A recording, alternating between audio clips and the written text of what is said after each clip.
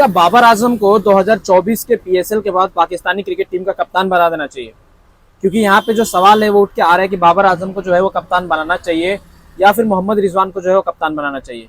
अब देखो, बहुत सारे फैन जो है साइंस अफरीदी के, उसको ये लग रहा है कि बाबर आजम को फिर से कप्तान बना देना चाहिए और साइंस अफरीदी को हटा देना चाहिए क्योंकि वो कैपेबल नहीं है। और ये सिर्फ साइंस अफरीदी फैंस को ही नहीं, ये बाबर आजम फैंस को ही लग रहा है। मतलब बहुत सारे अलग अलग फैन बेस है ना भाई हमारे पड़ोस के अंदर भी, तो सबको ऐसा लग रहा है कि सबको अलग अलग, मतलब आप कह सकते हो थिंकिंग के हिसाब से, इसको कप्तान बना देना चाहिए, उसको कप्तान बना देना चाहिए। लेकिन अगर रियलिटी बेसिस पे बात करूं तो बाबर आजम जो है उनकी परफॉर्मेंस जो है वो पीएसएल में काफी ज्यादा अच्छी रही है। लेकिन अगर आप इंटरनेशनल मैचेस की बात करो तो इंटरनेशनल मैचेस में बाबर आजम जो है वो अभी भी, अगर न्यूजीलैंड के अगेंस्ट मैचेस हटा दो तो फ्लॉप ही रहा है। और ये रियलिटी है, इसमें कोई यहाँ पे आप कह सकते हो झूठ झूठ बोलने वाली बात नहीं है। अगर आप ऑस्ट्रेलिया दौरा उठा के देखो, बाबर आजम का बल्ला जो है वो खामोश रहा है, बाबर आजम की बैटिंग जो है वो उतनी अच्छी नहीं रही है ऑस्ट्रेलिया दौरे पे। उससे पहले अगर आप वर्ल्ड कप उठा के देख लो तो वर्ल्ड कप में बाबर आजम पूरा वर्ल्ड कप ही नहीं चले।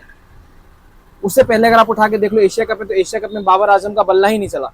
तो पाकिस्तान के जो बोर्ड है पीसीबी, उसने इसी सब को देख के जो है बाबर आजम को कप्तानी से हटाया। और बाबर आजम जैसे ही कप्तानी से हट गया, उसके बाद जो है बाबर आजम 2024 में एंट्री करता है और 2024 में न्यूजीलैंड के अगेंस्ट जो है वो रन बनाना स्टार्ट करता है। भले ही पाकिस्तान क्रिकेट टीम न्यूजीलैंड दौरे पे 5 मैचेस में से 4 मैचेस हार जाती है, उसमें बाबर आजम के 3 मैचेस में 50 रन रहते हैं। मतलब 3 मैचेस में बाबर आजम हाफ सेंचुरी करता है लेकिन मैच फिनिश नहीं कर पाता और पाकिस्तान क्रिकेट टीम जो है वो हार जाती है वहां पे।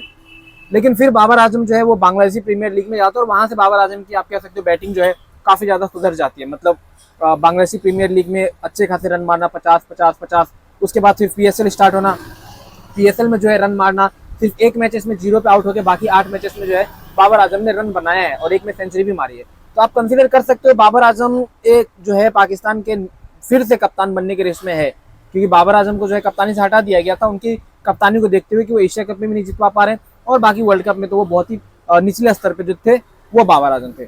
बाकी यहाँ पे मोहम्मद रिजवान को लेकर बातें ये चल रही है कि मोहम्मद रिजवान जो है अगर मैं आपको बताऊं मोहम्मद रिजवान के स्टेट्स, तो बैटिंग के हिसाब से मोहम्मद रिजवान भी उतना अच्छा नहीं रहा। लेकिन एज ए पीएसएल पर्सपेक्टिव, अगर आप पीएसएल के फैन हो, अगर आप हमारे पड़ोस के फैन हो, पाकिस्तान क्रिकेट फैन हो, आप पीएसएल के फैन हो, तो आप भी कह सकते हो कि चलो रिजवान भी जो है वो कंटेंडर है कप्तान बनने के लिए। तो अब यहाँ पे कंफ्यूजन ये है कि क्या बाबर आजम को वापस कप्तान बनाना चाहिए या फिर मोहम्मद रिजवान को कप्तान बनाना चाहिए या फिर साइंस अफरीदी को ही कप्तान रहने देना चाहिए। लेकिन साइंस अफरीदी की अगर मैं बात करूँ तो हमारे इंडियन क्रिकेट के फॉर्मर क्रिकेटर और कोच कह सकते हो रवि शास्त्री ने कहा था कि ठीक है साइंस अफरीदी जो है वो एक बॉलर है, लेकिन आप उनको इतना क्या उठा देना कि भाई मतलब ऐसा बोलना कि वर्ल्ड का सबसे बेस्ट बॉलर है, जबकि उसकी परफॉर्मेंस अगर आप देखो तो ऑन एन एवरेज ही रही है। उतना ज्यादा हाई परफॉर्मेंस जो है साइंस अफरीदी का नहीं रहा है वर्ल्ड कप के दौरान भी और वर्ल्ड कप के बाद भी। तो किस बेसिस पे जो है साइंस अफरीदी को कप्तान बनाया गया था पता नहीं। अब यहाँ पे तो मैंने पहले भी कहा था कि साइंस अफरीदी जो है वो कप्तान बना था क्योंकि उसके ससुर जो है शाहिद अफरीदी वन एक टाइम के अच्छे क्रिकेटर रहे पाकिस्तान के अंदर, तो उसी बेसिस पे उसे कप्तान बनाया गया था, बाकी और कोई खूबी थी ही नहीं।